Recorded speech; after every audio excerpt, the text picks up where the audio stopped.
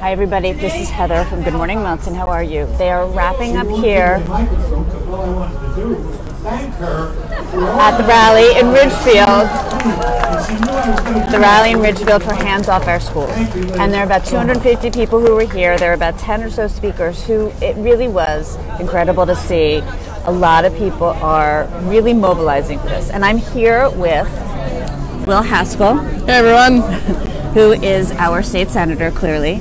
And Will is, you're in sort of the hot seat in a way, because you have, right from the start, you came out and you said you are opposed to forced school regionalization. That's exactly right. And the bill that I was referencing actually came from the leader of my own party. It was not an easy thing to speak out against the Senate president, somebody who has a lot of power in Hartford. But the reality is I was elected to represent our community more than any one particular political party. So I joined with actually a few other Democrats. Alex Bergstein, who is a Fairfield County Democrat, Lucy Dathan.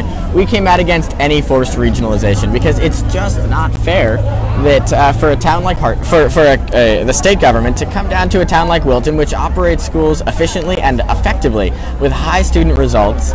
And they're not only wonderful schools if you're a student or if you're a parent, but also if you're a property owner in Wilton. We all benefit from having wonderful local public schools. I think that education is and has always been a matter of local control. So what I tried to make clear here today at today's rally was I will oppose any bill that forces our towns to regionalize. Okay. So I want to make sure that we are clear on the number of bills, because people are being asked to get in touch with the Education Committee, and that is, do you remember the email address? It's March 1st, I do. It's edtestimony@cga.ct.gov. And here's the thing, guys. I'm sitting in these public hearings all the time, and we have a lot of folks coming from West Hartford or from South Windsor. The towns around Hartford, they always come to the public hearings and they make their voice heard. What they don't do as legislators is we don't often hear enough from Fairfield County, because the drive is a hassle. I know, because I do it every day, but if you can make that hour and a half drive to Hartford and testify in front of the Education Committee, your voices will be heard and it will make a huge difference. So join me.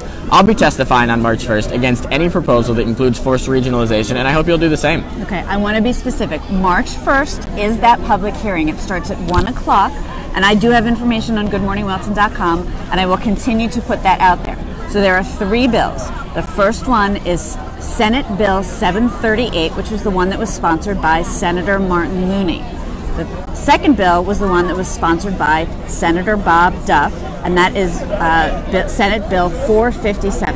Now there is a third bill, and I got to ask you about it. That is Senate Bill 837. So it's the governor's bill, I think you're referring to. Yes, and I do have links to it. Pardon me if I'm not getting the number right. I will make sure that we do. But that is the governor's bill. And that one, while it doesn't say forced regionalization, the governor's budget, the secretary of the OPM has said forced regionalization is not off the table in that bill. And people are questioning you about it. What do you say to the people who are watching, listening, reading Good Morning Wilton? Well, I'm going to look really closely at the governor's bill. First of all, I don't blame you for not knowing the numbers off the top of your head. There are, I think, more than 4,000, 5,000 bills proposed, and who can keep all the numbers straight? The governor's bill is the most fleshed out. It's more than 40 pages long, and I'm still reading it, to be honest. If it leaves the door open for forced regionalization, I won't be supporting it. But here's what I heard the governor talk about when it comes to incentivizing regionalization. There are towns out there that operate pretty inefficiently. Fairfield County sends so much money to Hartford. 1 out of every $10 raised from the income tax comes from the towns that I represent in the 26th district. So we are a donor district. In Wilton, you guys have around 4,000 students and you get around $400,000 through the education cost sharing grant. Meanwhile, there are towns out there like, and I don't mean to pick on one town, but Sterling, Connecticut. They have 400 students and they get $3 million year after year from the education cost sharing grant. I would never, as a state legislator, tell Sterling that they have to share back office functions, that they have to share a special education coordinator or superintendent.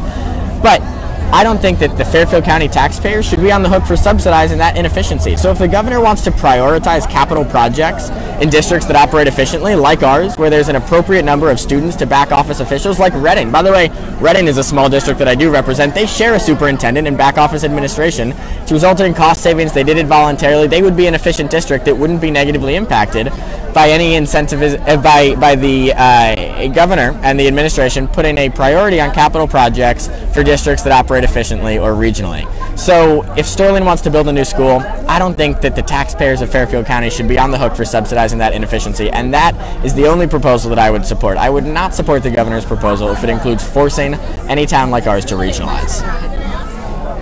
You've heard him say it, so there you go. So listen, the most important thing is that we as voters are staying on top of it, staying engaged.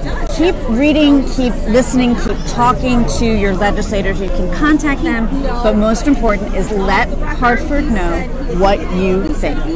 I appreciate you joining me. Thank you, Heather. Thank you for your coverage of this issue, and I really do hope you all will continue to make your voice heard. I love hearing from you. I've heard from literally thousands of constituents about this, but you know where I stand on forced regionalization. Now you've got to let the folks who serve on the Education Committee, let them know where you stand, and join me in testifying against it on March 1st. There you go. I'm going to take your microphone. Thank you so much, Will. Yeah, thank you, Heather. Go look for your colleague. All right, talk to you later. Thank you so much. Quick question.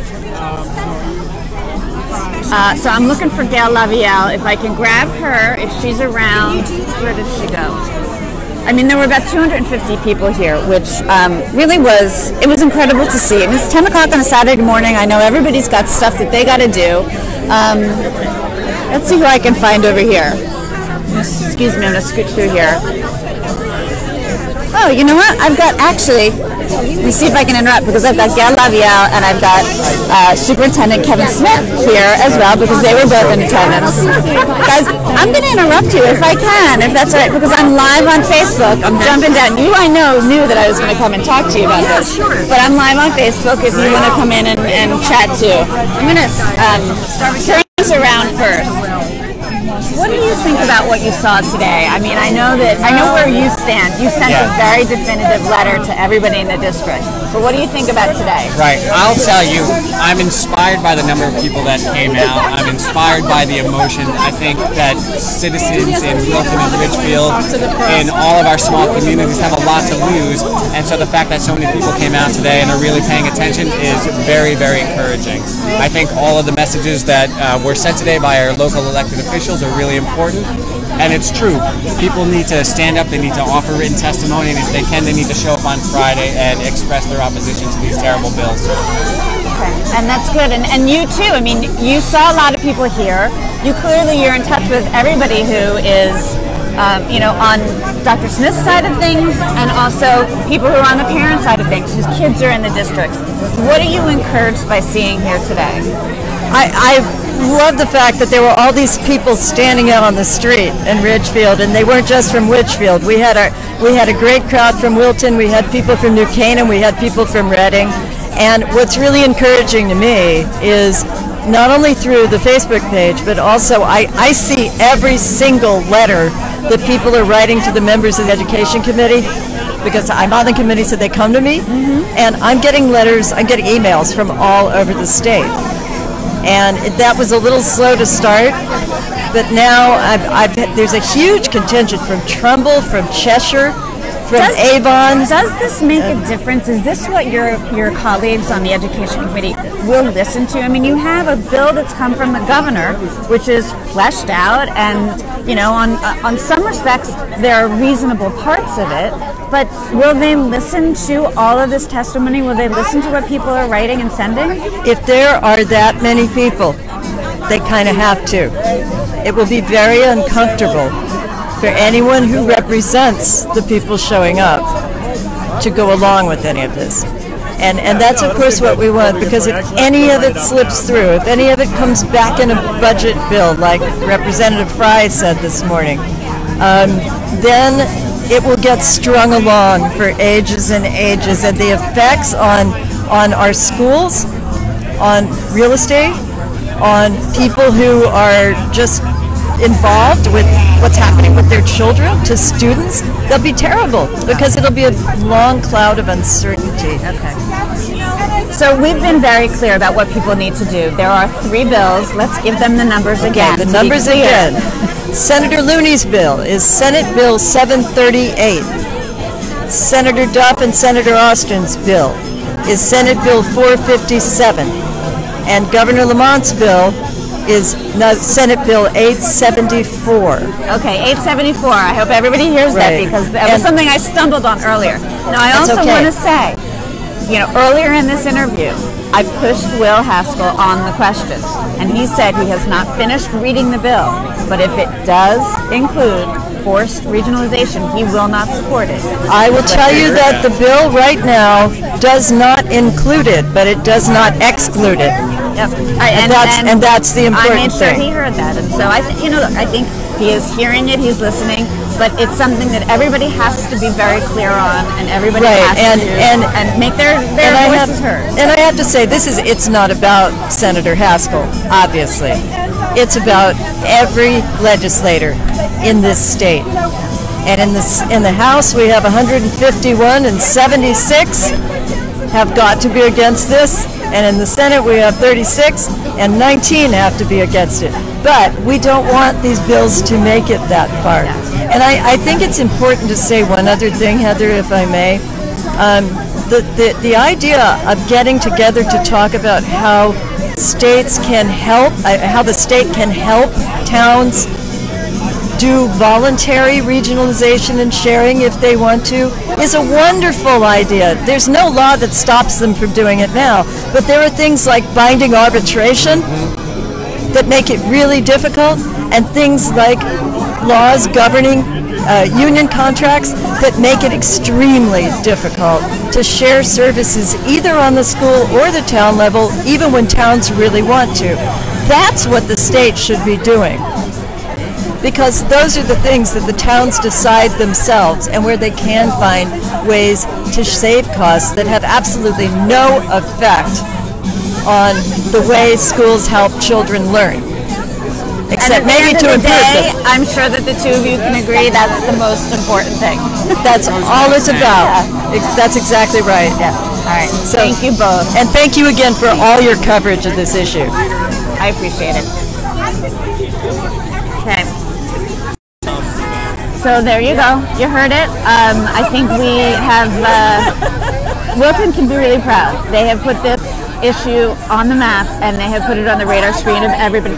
You guys are okay? You're not on. You guys are good. Clearly, there's a lot going on. You totally can. It's something that Wilton can be really proud of. The people in Hartford have heard Wilton. We are, our voices have been heard, and that's a good thing, but as our legislators have said, the voices can't stop. They need to continue. They need to be a chorus, and they need to encourage people around the state. If you have friends in towns around the state, make sure that they are aware of this issue. Make sure that they know how to get in touch with their legislators, and make sure that their voices are heard. And the louder voices then the more the outcome will be something that Wilton will be happy about. Okay, everybody, thanks so much. Make sure if you want to get in touch with me, send emails to me at editor@goodmorningwilton.com. Let me know if you have other questions that want to get asked. I can always try and put them in front of people who are our elected officials, and we'll see what else we can all accomplish together. Thanks, everybody. Enjoy the rest of your weekend.